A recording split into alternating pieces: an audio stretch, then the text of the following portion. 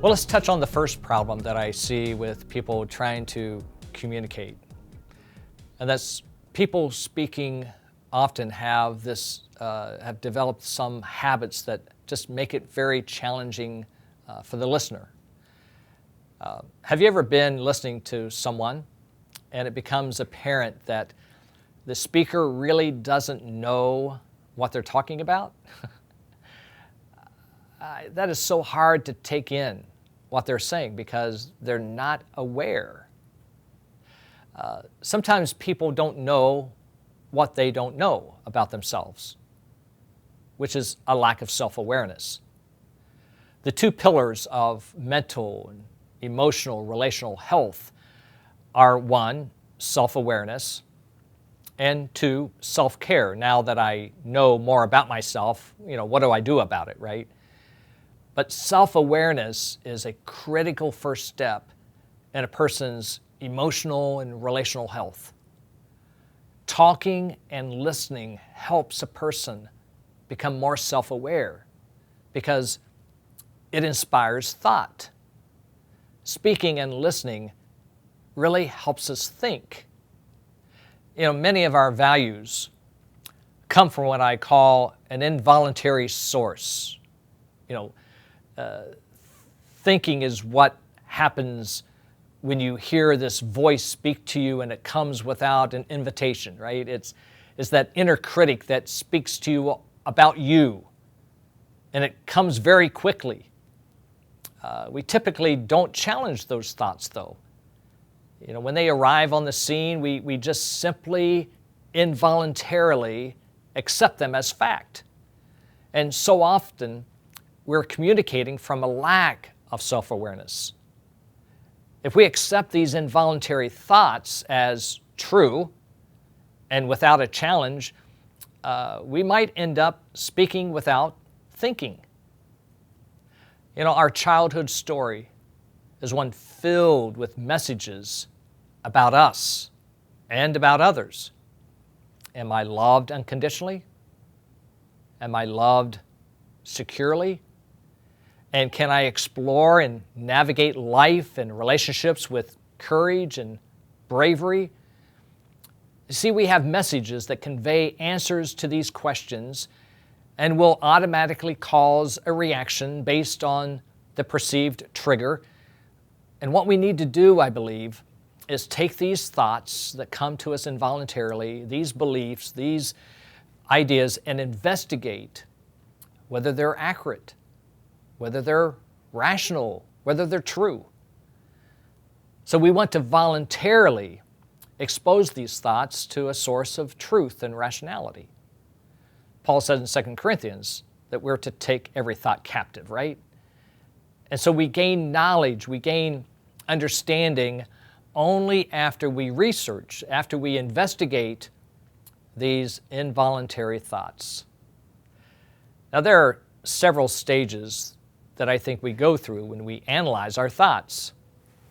There's first the stage that there's this land that you know, and there's knowledge and understanding. And then there's a land that you think you know, which includes some level of understanding and some level of knowledge, but not complete. And then, obviously, there's the land that you just don't know, right? And every time you learn something, you learn because what you did didn't work. And that exposes you to the part of the world, the part of the land that you don't understand. You have more questions, fewer answers.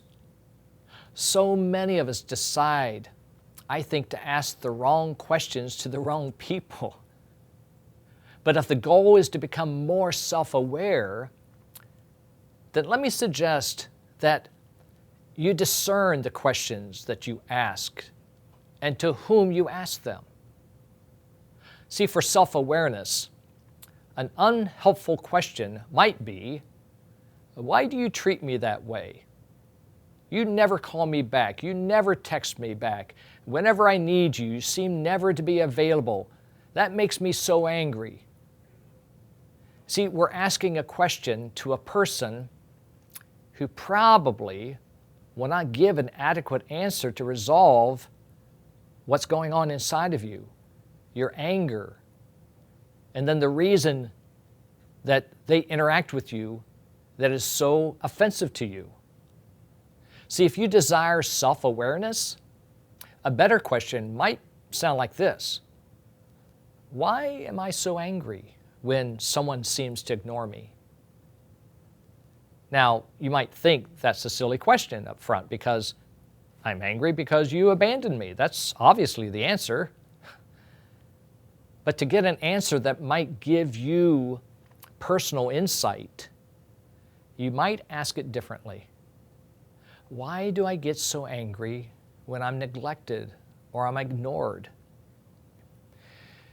You might be stumped with that question and say, I don't know. Well, you see, you have more questions than you have answers, but you have a better chance at achieving an answer that will help you overcome the real obstacle that you're tripping over. To know more of your land, to know more of your territory, you must investigate. You must experiment and test and analyze your thoughts voluntarily. You might begin a journey of exploration.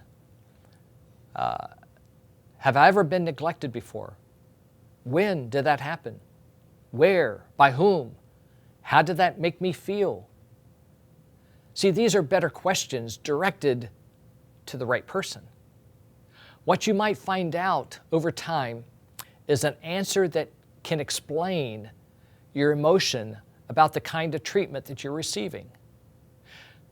Let's say you determine that this is not an isolated event. The first time you remember and felt these experiences was when you were 10 years old and your father left you and left the entire family, and you felt angry for being left without a significant caretaker.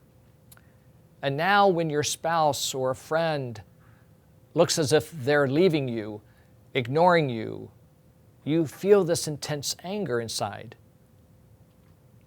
With some self-exploration, you determine that whenever you have allowed someone to get close to you and they have this appearance that they are leaving you or abandoning you or ignoring you, you feel anger.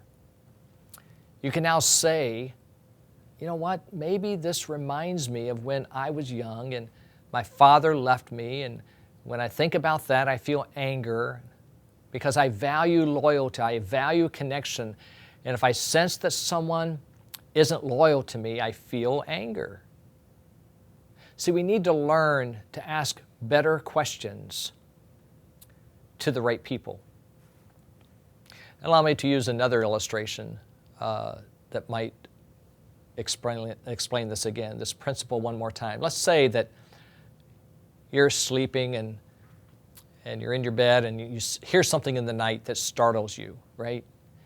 You lay there thinking about what you know and understand.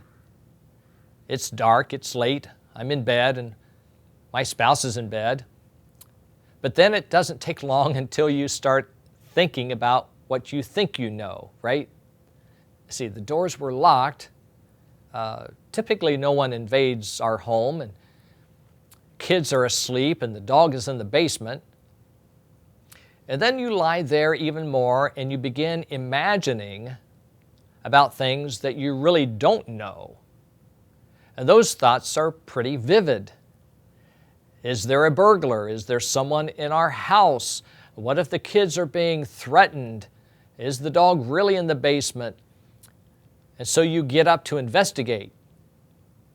Or better yet, you send your wife to investigate. But you're determined to find out the truth, right, about your home. What is actually happening? What's actually true? And then you find out that it was the dog chewing on a bone in the living room.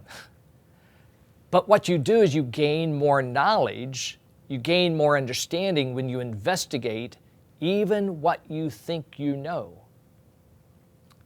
So here's how it's played out. And number one, you have a thought or an emotion that surprises you.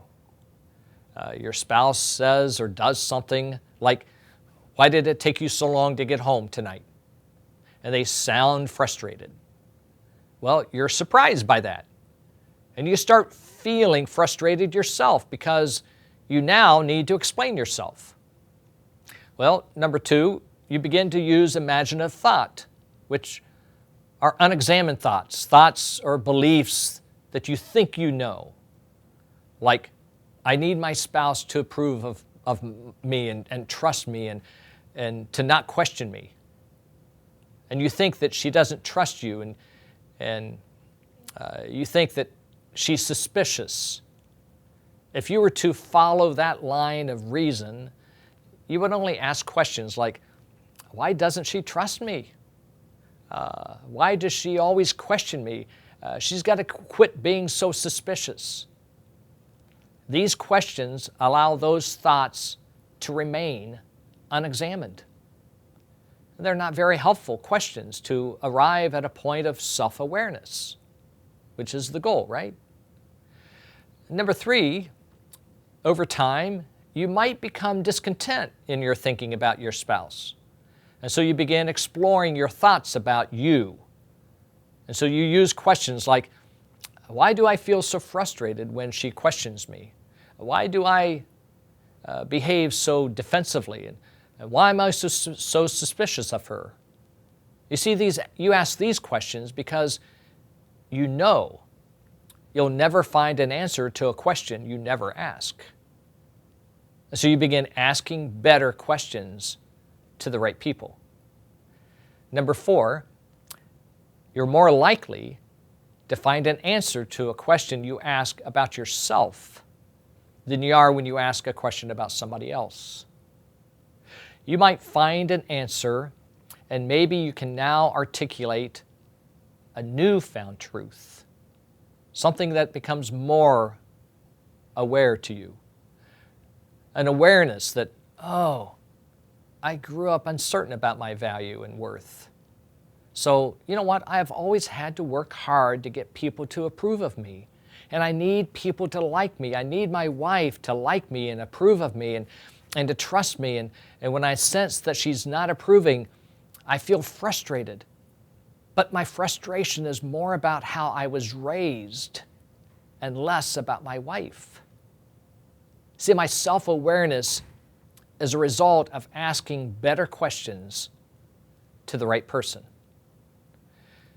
Have you ever run across people who feel hurt or frustrated and it seems like out of proportion to what just happened?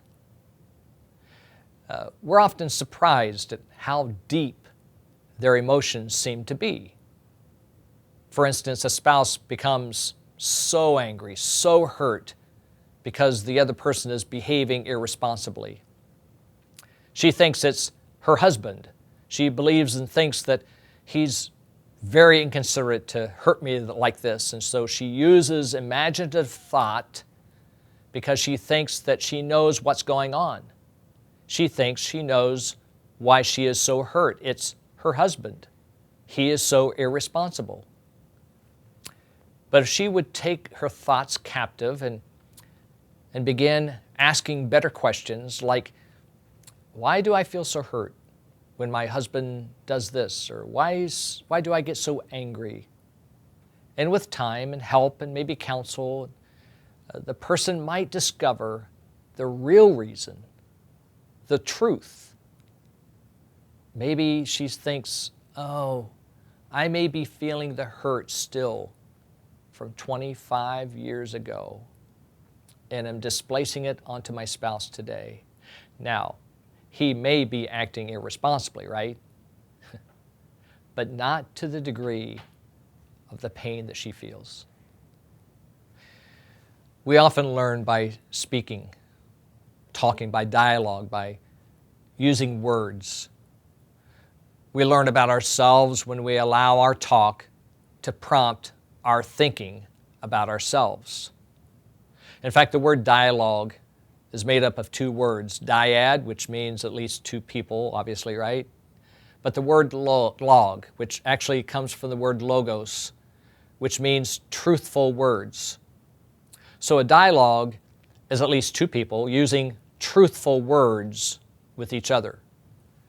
But to use truthful words when describing our story, a person must think about the words they use. This is knowledge. This is understanding. When I have shrunk the bottom two layers of that territory, I have gained more self-awareness. My words are becoming more truthful about me.